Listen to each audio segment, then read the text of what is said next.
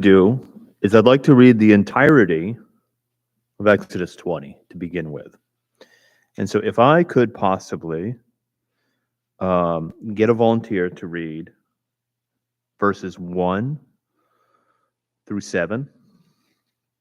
Let's see. Okay, thank you. And then if I could get someone to read 8 through 15, or 8 through 17, excuse me.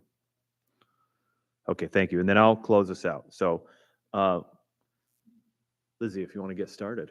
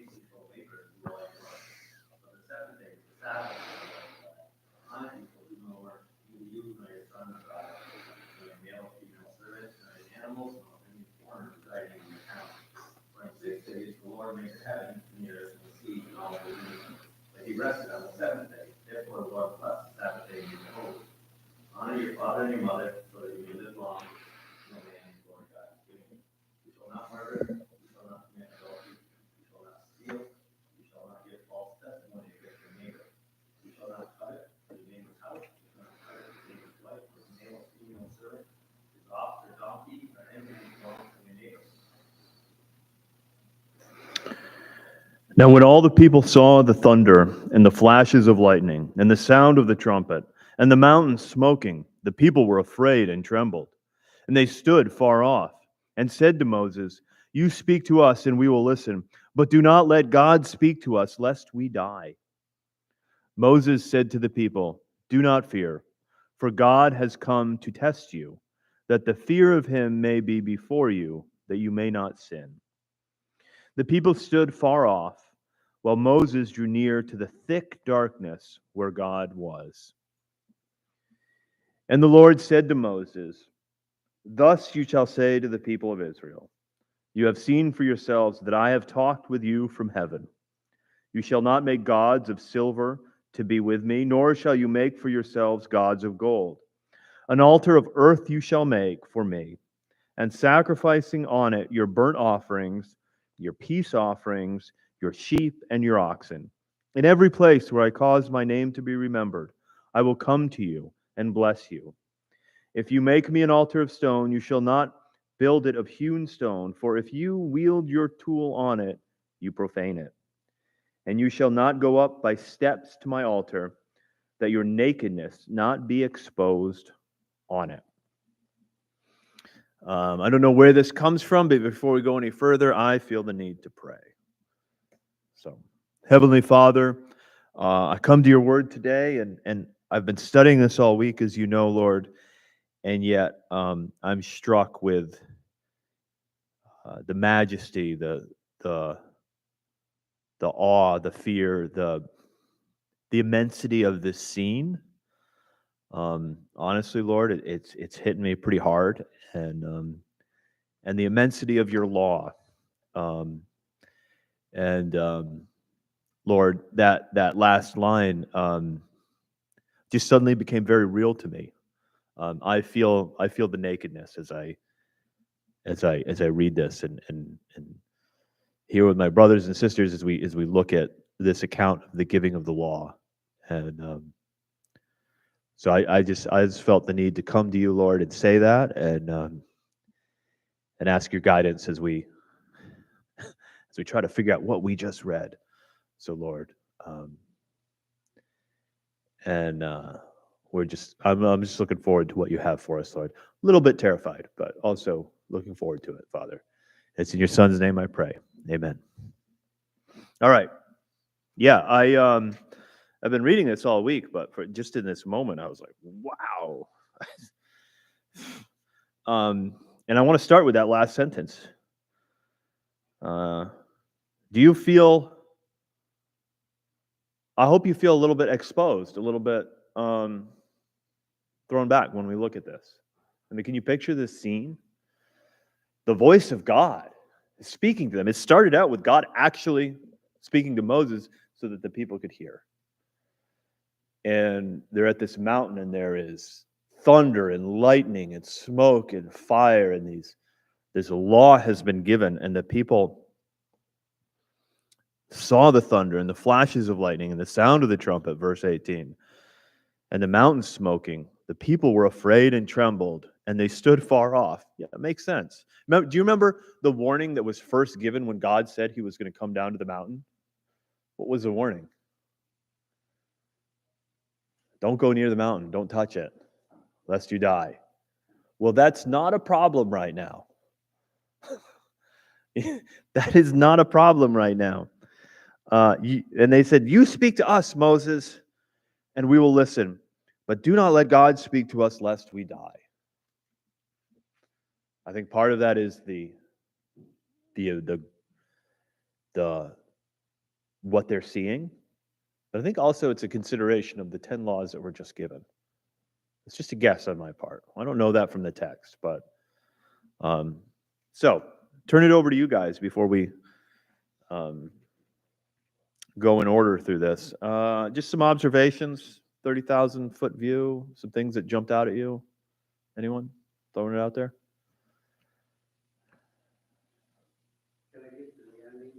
Oh, you can go in any spot you want. Yeah. Oh, yeah, absolutely. Okay, this will be an encouragement. Everybody who knows this is Romans chapter 4, where we read verse 7. Blessed are those whose lawless deeds are forgiven, and whose sins are covered. Well, blessed is the man against whom the Lord will not count his sin.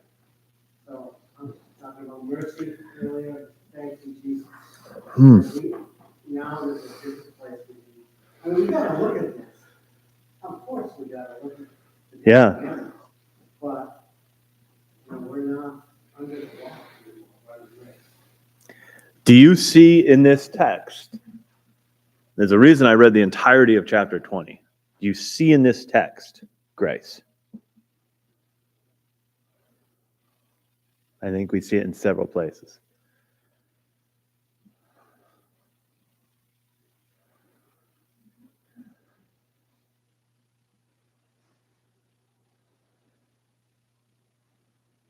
I'm not saying a thing till you guys find it.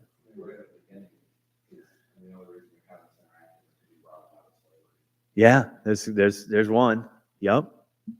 Did they bring themselves out of slavery? That was going to be one of my questions. No. God brought them out of slavery. Yes. I'm big into encouragement these days. I want to be, Moses said to people, do not fear, for God has come to test you, but the fear may be before you. Right. So what is the purpose of the test? Even though, I know I'm forgiven, I know I'm loved, and I need to pray and raise up in righteousness, there still is that, I hear preachers say, no, you don't have to fear God. Oh, yeah. Sometimes I do. Yeah. And sometimes I do. When it comes on big, that's when we need to go to prayer. I feel like it's a good time to step back, and maybe you all know this, but take a minute to consider the word fear, right? What are we talking about with fear here? Because there's several Hebrew words that are used in this one chapter. And I can't tell you what those words are. I'm just going to tell you what Charles Hodge told me those words are, because I got to stand on giants here. There's basically two kinds of fear in here. The people had one, and God is calling them toward another. Okay?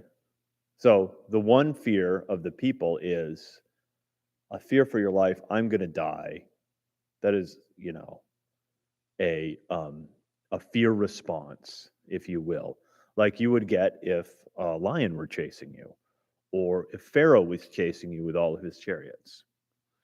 Similar but different and much more beneficial is a holy awe and reverence and a fear that puts everyone in their proper power structure, I guess is how I would put it. You see God's terrible, awesome power, and you are humbled. That is what they're being called to. There is an understanding that your life is in God's hands in that fear. But how did I should have highlighted it here, but there was a great definition of fear here by the author Oswald Alice.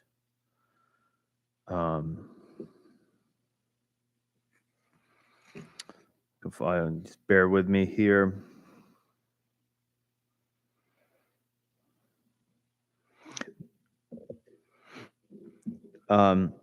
It gravitates between the extreme of abject terror and holy, reverent love.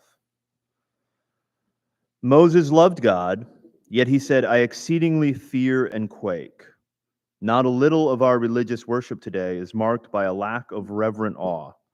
He goes on a tangent here, which is interesting. If you're interested, I'll continue. You are interested.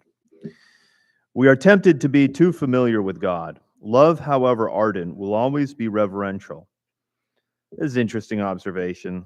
Throw it out there for your consideration. Jesus called his disciples friends and brethren, but Peter and Paul called themselves his bondservants. And while the simple name Jesus occurs very frequently in the Gospels and less frequently in Acts, it is quite rare in the rest of the New Testament. It was just kind of interesting. Reverential fear and awe was how he. We could consider that observation of his at another time, but it's interesting. I'll just throw it out there. But so these are the two kinds of fear. Back to my original question of grace.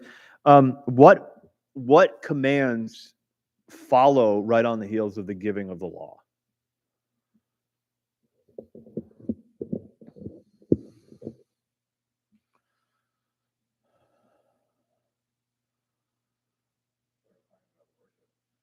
Does this talk about worship, or is it talking about the altar, sacrificing, atonement?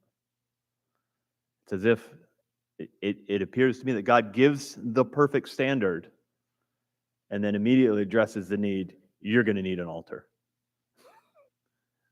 And I see grace in that. He doesn't drop the 10 Commandments on him and say, good luck. He says, this isn't going to work for you.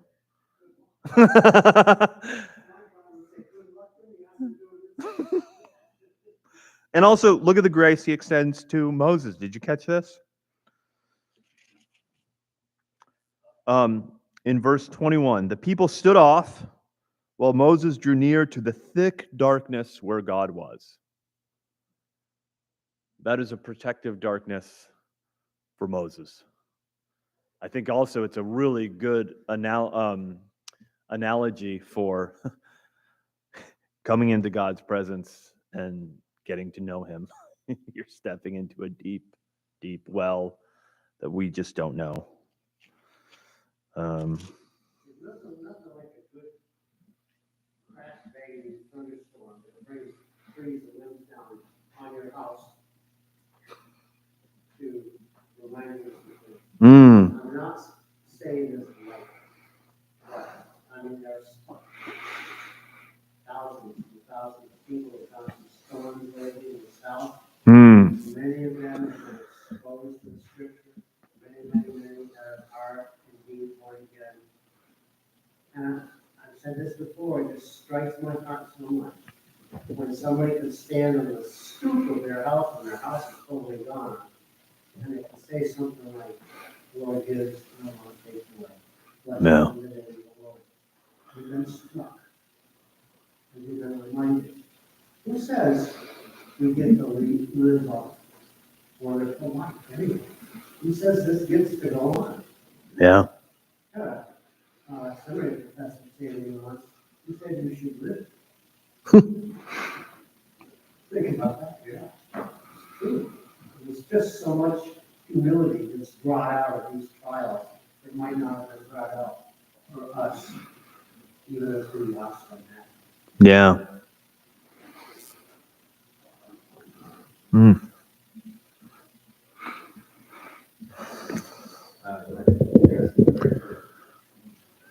Commandments to become one of God's warriors. Just coming out of Egypt, there was a God for any given time of day, water on.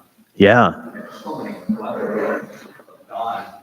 And then, at first you can't think of this God, maybe just one of all of God. Like, make it clear, he's the one that there's no other God before you. Anything they come out of, now they got one God, and he let them out of Egypt, he's fighting not.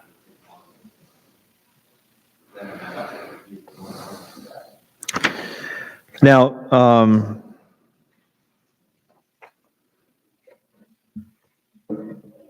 I also there's a couple of directions I want to go with that with questions for you guys, but I find it an interesting contrast, verse 2 and verse 3. I am the Lord your God who brought you out of the land of Egypt, out of the house of slavery, and you shall have no other gods before me. Who's in charge here? God.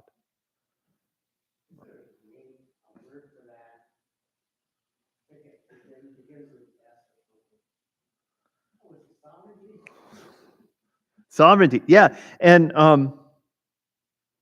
I think, obviously, I'm sure you've all heard, the definition of a God, anything that takes preeminence in our life, you know.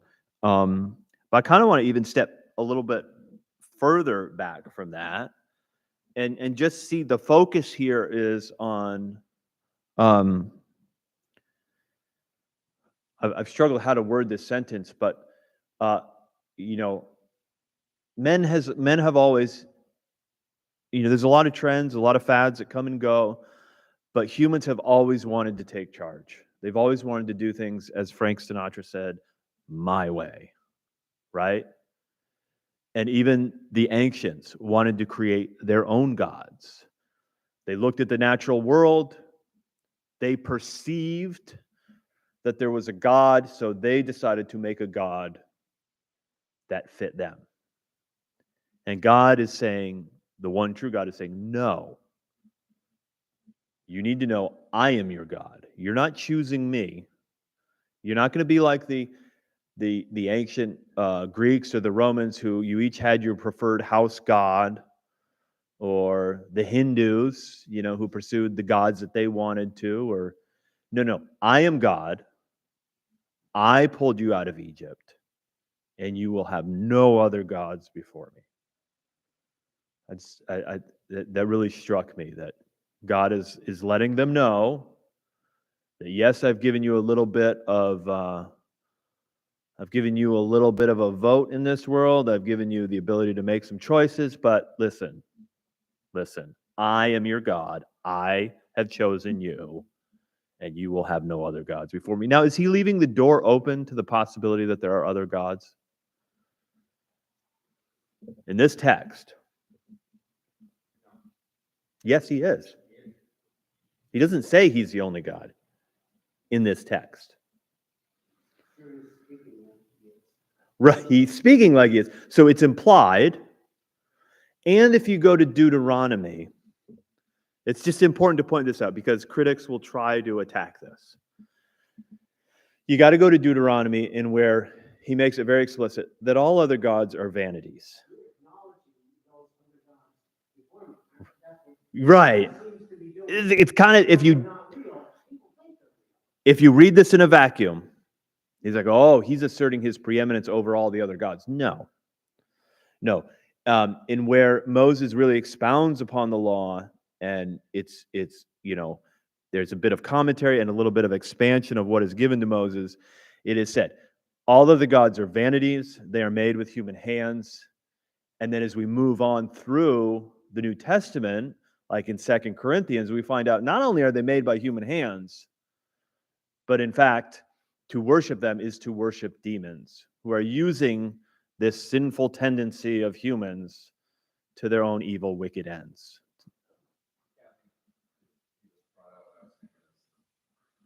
The scripture is explicit. There's not a competition of gods. Right. There are spiritual forces who Mm. use it. They co-opt the false worship of people. Yeah. Make it seem like there are other gods. It's not a competition. Satan and all things that their end is set. And not the cute yellow guys in blue overalls. Although, there was a time there I was getting so sick of seeing them, and I was like, oh, that is the work of the devil. But I want to step back for just a second and look at the 10 Commandments as a whole. If you guys could give the 10 Commandments a simple outline, what would it be?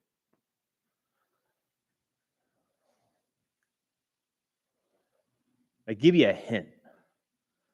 It's implied that it was broken up into 2 sections. There's 2 tablets. These 10 commandments were given on 2 tablets. So it's implied that there was a natural 2-part breakdown.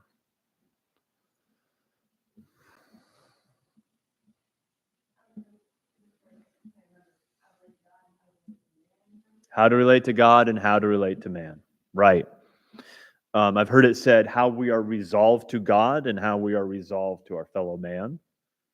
I've heard it said like this. And again, I want to go to Oswald Alice here.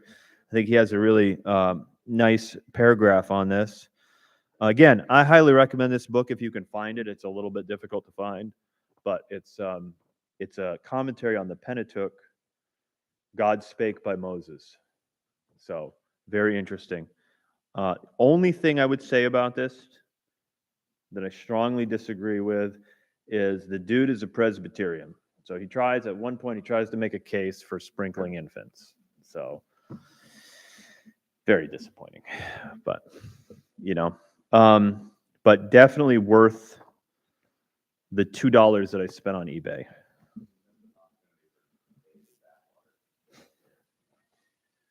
Don't throw the, oh man, don't, yeah. Gosh, I feel like I've let you down. Okay, so let me read this sentence to you. I love this. I reread this like 5 times this week. I really love this. There were 2 tablets. How the laws of the Decalogue were divided between them, we are not told. The fact that the first 4 consist of duties to God and the rest duties to man would constitute a logical and impressive division. That the duties to God precede the duties to man is both natural and necessary. It is the only proper order. Did you guys catch that? That we must fulfill our duties to God is what he's saying, to fully fulfill our duties to men. Only those who love God can truly love their fellow man. The great defect in much humanitarian and philanthropic work lies in this, that it tends to make a religion of the social service and to ignore the first table of the law and to make a cult of the second. The true philanthropy of the second table derives both incentive and directive from the first. Did you guys catch that? A lot of big words there. Sorry, but I thought that was interesting. I think we can see this in much of the world, right? There's many good and wonderful work going on out there that's all about duty to man. And yet, we're depriving people of what they need most if we're not sharing the gospel, if we're not placing God before all other gods or forms of worship or service. Just throwing it out there. Thoughts, comments, concerns?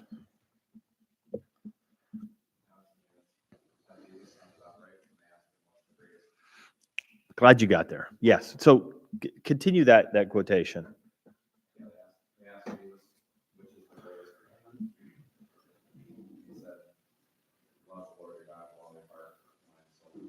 Table 1. The second is like, you shall love your neighbor as yourself. Right.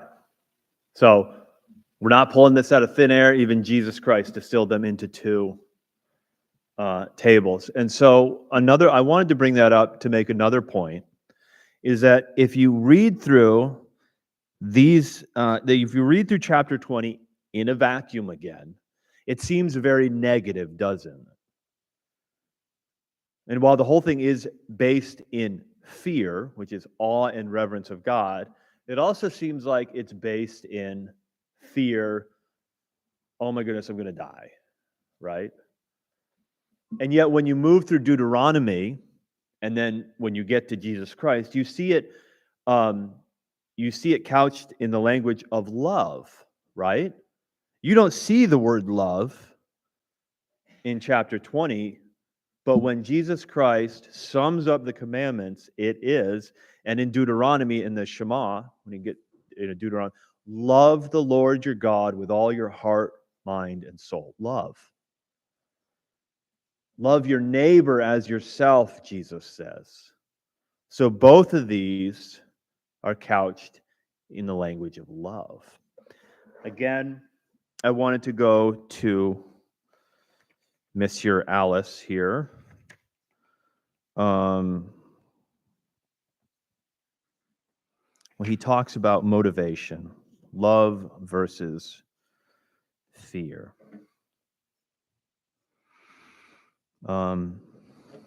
Yes.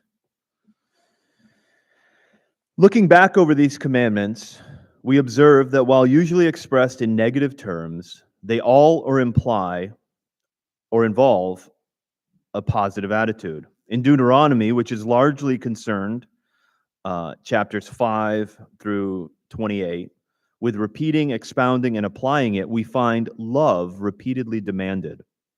The first table of the double Decalogue is summed up in the words of Deuteronomy 6:5, and the second in Leviticus in terms of love. The immediate effect of the stupendous spectacle which accompanied the proclaiming of the Decalogue was to inspire the people with fear. And then he goes on to fear. And then he goes on to talk about how love and fear are the 2 motivations to follow the 10 commandments. And they're all based on belief. If we truly believe in God, we will be, as he works in us, we will be motivated by love as he works in us. Yes. And we may start in fear, like I'm going to die. And as we spend time with God and we see his mercies and we come to his altar and we ask for forgiveness and we love. To quote 1960s country singer Mac Davis, God can say, to know me is to love me.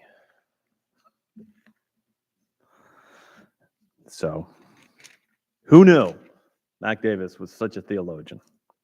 So, if you don't know who he is, you're missing out. So, let's see how many of these commandments we can tick through. Unless you guys have something you want to jump on. Okay, we're going to get to an interesting one here. We already talked about you have no other gods before me. A, because there are no other gods, and B, because there are no other gods.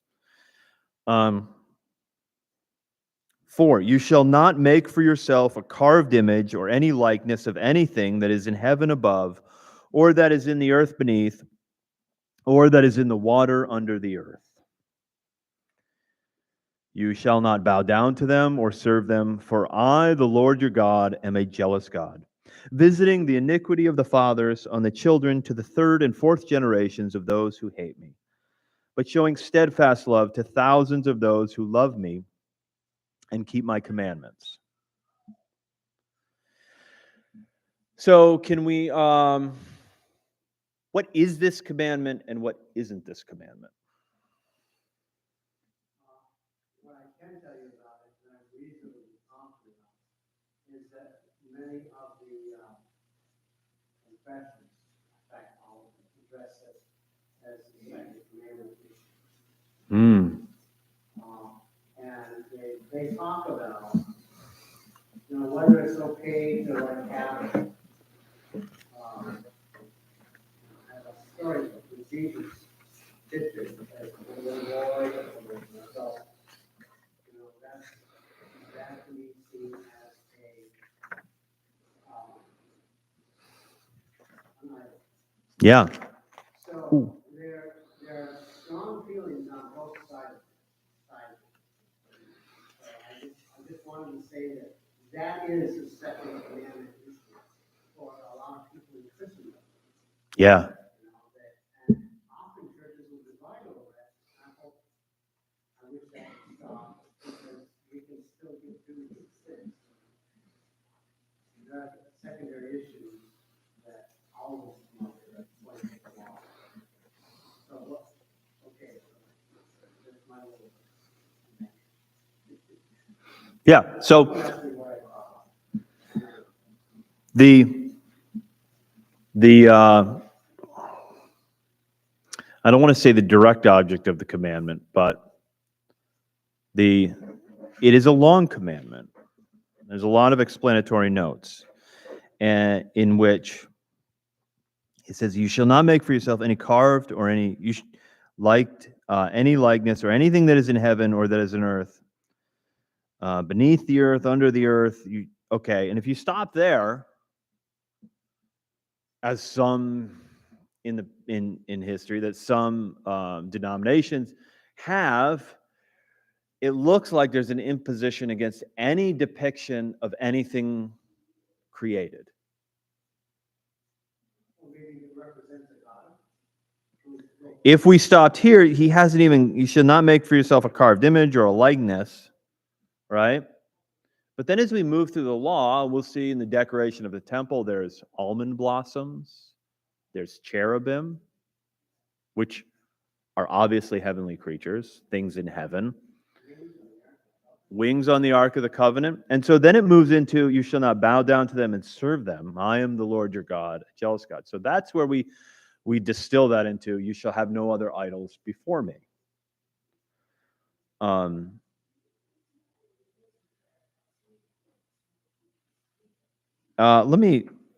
then as you've said, some folks to this day, I've heard very well respected Bible teachers will not watch a show or a movie that has an actor portraying Jesus. And let me read this to you, and this helped me understand this. And I can get a little, you can get a little pedantic on this. You say, well, okay, I will not depict God in His glory, seated on His throne, but does that mean I can't depict a theophany? Well, does that mean I can't depict the cloud in which descended over Mount Sinai? Does that mean I can't show a picture of the burning bush? I can't display that. This kind of helped me a little bit to understand it. And the second commandment, thou shalt not make, thou shalt not bow down to. The prohibition of idolatry is most explicit.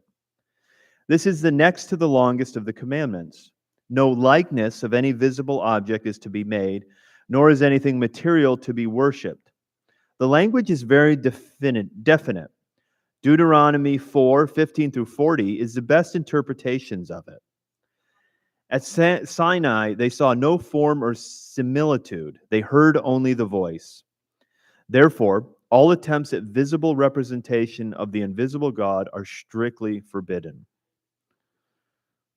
So it is a earthly representation of the invisible God is how he reads this based on Deuteronomy. But this does not prohibit every form of artistic representation in connection with the worship of the invisible God, is indicated by the fact that figures of cherubim were placed on the ark and used on the veil and curtains of the Holy of Holies, and that the golden candlestand was to have flowers and cups like almond blossoms.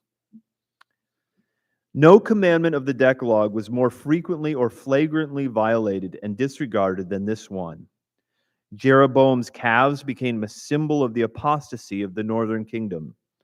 The use of images is destructive of true spiritual religion. Isaiah I don't know what that reference is because I used Roman numerals and I'm slow. All idolatry is condemned by the fact that the idol is the work of men's hands. Hosea 8:6. To worship the idol is to worship what man has made and to put it in the place of God. But the God of Israel is a jealous God. He demands exclusive worship. He will not share his rights with any other. It is this exclusiveness of a religion, of the Old Testament and of the New Testament, which has made the devout Jew and the true Christian the object of hatred and persecution in every age. The early Christian would not have been persecuted for worshiping Jesus as God had they not insisted that they be no gods which are made with hands. Acts 19:26. And I just want to throw this in because I'm kind of going off on a tangent here, but a lot of critics will say that, well, every religion has a set of 10 commandments. The great error in the study of comparative religion today lies in the fact that the most of its exponents emphasize the resemblances between the religion of the Bible and the ethnic faiths and ignore or minimize the differences. Yet the resemblances are of minor importance, while the differences are of fundamental and supreme importance. So I just thought I'd throw that in there. But so the author asserts here that imposition is about making God into our own image. It's about manipulating our representation of God to express what we want.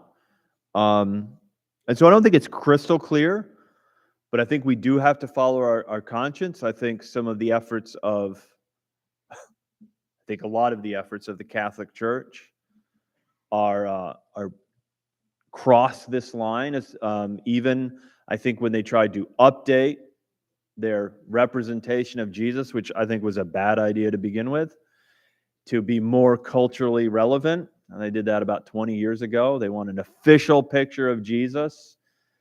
And in my mind, you're manipulating a representation of Jesus to your own ends. And so I would suggest people follow their conscience on this, and we need to respect that.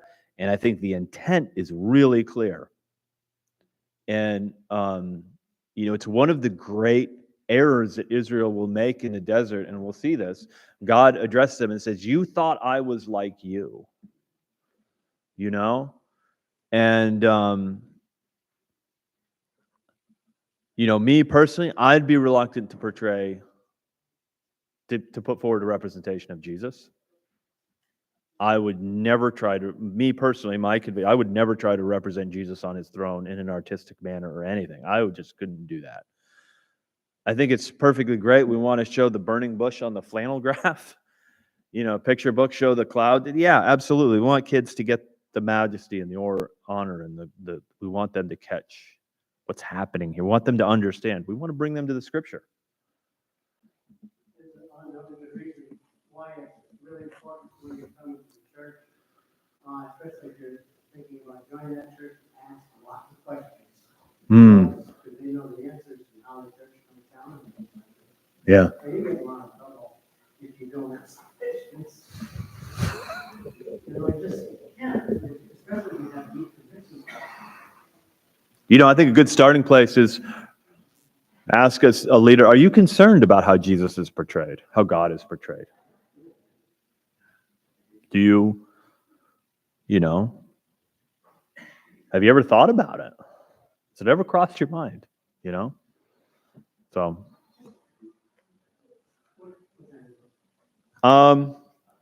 it's time. Save it. So next week we'll pick it up either there or we'll move on to swearing. We'll see.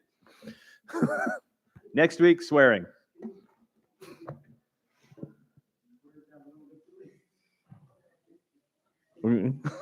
Nah, I like that.